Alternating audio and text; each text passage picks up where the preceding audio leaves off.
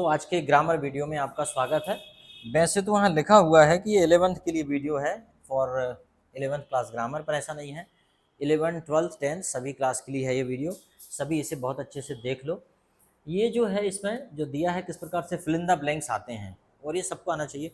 और जो competitive exam की तैयारी कर रहे हैं दरअसल उनको भी आना चाहिए, क्योंकि ग्रामर की शुरुआत ऐसे ही होती है और बड़े घुमा फिरा के क्वेश्चन आपसे पूछे जाते हैं। आपसे देखो इसमें है I can't do anything as I have very time, है ना। अब इसमें क्या आना चाहिए?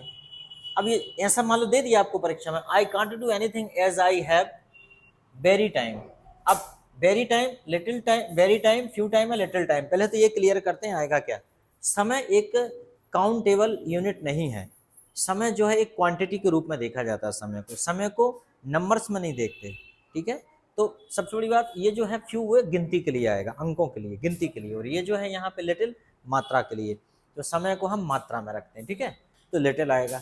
दूसरी बात यह है कि चूंकि यहाँ वेरी लगा है तो इसलिए लिटिल, मतलब इतना कम कि कुछ हो ही नहीं सकता काम, इसलिए यहाँ पे वेरी लिटिल टाइम आएगा, है ना। तो देख भी लेते हैं, very little time. I can't do anything as I have very little time, मतलब इतना कम समय कि कुछ काम हो ही नहीं सकता। अगला है my father is, my father in, my father is आना था, my father is in university, ठीक है, यूनिवर्सिटी। अब इसमें क्या आएगा भाई, ए और एन। तो देखो जब भी कभी इस प्रकार का सेंटेंस हम सॉल्व करते हैं तो एक चीज हमेशा याद रखते हैं कि इसका उच्चारण देखते हैं कि ये अम्ब्रेला है कि यूनिवर्सिटी है। अगर ये अम्ब्रेला होता, UMBRALLA, तो इसको हम पढ़ते हैं अम्ब्रेला को आ से पढ़ते हैं। चूंकि यूनिवर्सिटी को हम यू से पढ़ते हैं, यू चूंकि कंसोनेंट साउंड है, आ बाउल साउंड है, तो कंसोनेंट साउंड के चक्कर में हम यहाँ पे क्या लगाएंगे, ए लगाएंगे, ठीक है। अगर आप चाहें तो चेक कर लें इसको एक बार क्या आ रहा है, तो देख भी लेते हैं। ये देखो ए आएगा। The Natasha answered the 5 questions.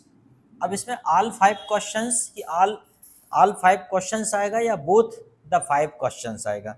चूंकि बोथ का प्रयोग सिर्फ 2 के लिए होता है और ऑल का प्रयोग सभी के लिए होता है, इसलिए क्या आएगा, ऑल द 5 क्वेश्चंस।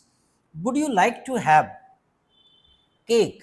अब देखिए केक और केक, एनी दिया है और सम दिया है, एनी और सम दिया है। तो यहाँ पे देखिए would you like to have, any का मतलब तब होता है, एनी का प्रयोग वहाँ किया जाता है जहाँ पे हम पूछ रहे हैं कि कोई केक लेना है आपको, है ना। एनी केक मतलब वहाँ बहुत सारी चीज़ें हैं, और यहाँ पे ये है कि सिर्फ केक ही है और उसी में से आपको लेना, इसलिए यहाँ पे सम का प्रयोग होगा, ठीक है। Would you like to have some cake. The train had left when we the station. The train had left, इसका मतलब ये पास्ट है। हैड लेफ्ट का मतलब ये पास्ट परफेक्ट है।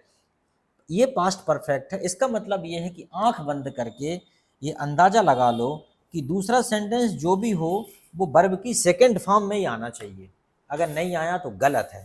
तो देखो इसमें आ रहा है क्या, हैड रीच्ड तो आएगा नहीं, तो क्या हो जाएगा, रीच्ड।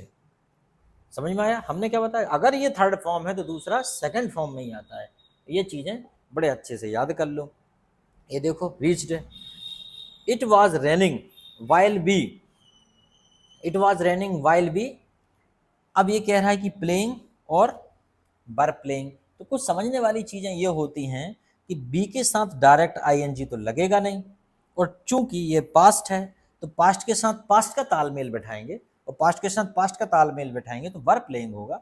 क्योंकि बी के साथ डायरेक्ट आईएनजी कैसे लगेगा बिना हेल्पिंग वर्ब के, देख लो एक बार, ठीक है। ये देखो ठीक, तो क्या हो जाएगा, गलत है ये, तो खैर वर ही आएगा, वर प्लेइंग। इस तो था ही नहीं इसमें, तो ज़बरदस्ती में पता नहीं कहाँ से आ गया। इसे मैं कट कर देता हूँ, ठीक है, इसे कट करके वर लगाओ, ठीक है, वर, वर प्लेइंग, ठीक है, ओके। इस तो आएगा ही नहीं, वो तो उसमें ज़बरदस्ती गलती से लिखा गया, बाय मिस्टेक। तो याद रखना ये चीज़, ठीक है। फिर अगला है,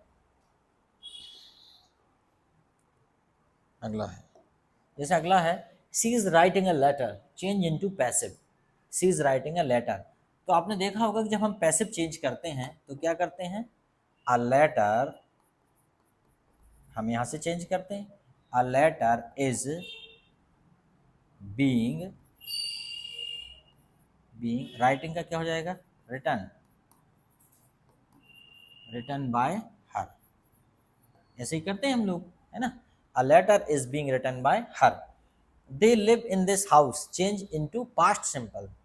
अब देखो, they live in this house, वो उस घर में रहते हैं, ये कह रहे हैं पास्ट सिंपल में करना है, तो क्या हो जाएगा, दे लिव की जगह पे क्या हो जाएगा, लिव्ड इन दिस हाउस, मतलब वो इस घर में रहते थे।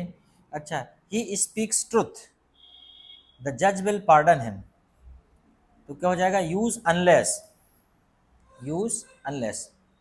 तो पहले इसको आगे बढ़ा दें, फिर ये भी बता देंगे, ठीक।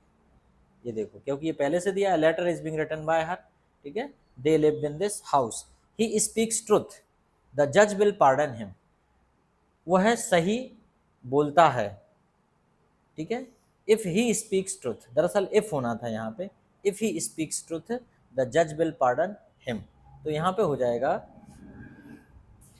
Unless he speaks truth the जज विल नॉट पार्डन हिम, ठीक है।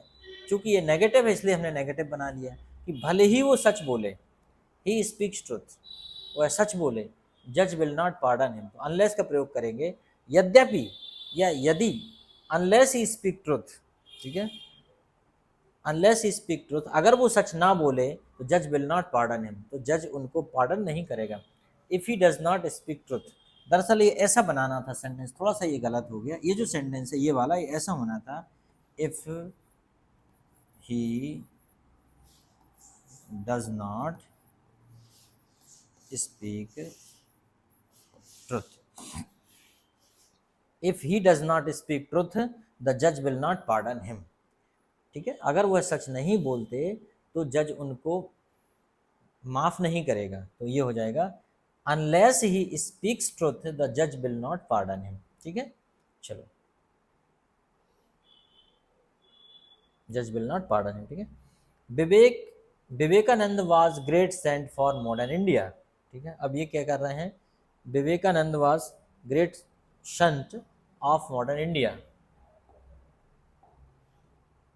क्या हो जाएगा, Vivekananda was the greatest saint of modern India. अब इन्होंने क्या डिग्री नहीं बताई, दरअसल क्या है, the great saint of modern India, ये है पॉजिटिव डिग्री, ये क्या है, ये पॉजिटिव डिग्री है ये, और इसको क्या है, द ग्रेटेस्ट, ये हो गई सुपरलेटिव डिग्री। तो दरअसल यहाँ पे करना था, उनको लिखना था कि चेंज इनटू सुपरलेटिव डिग्री।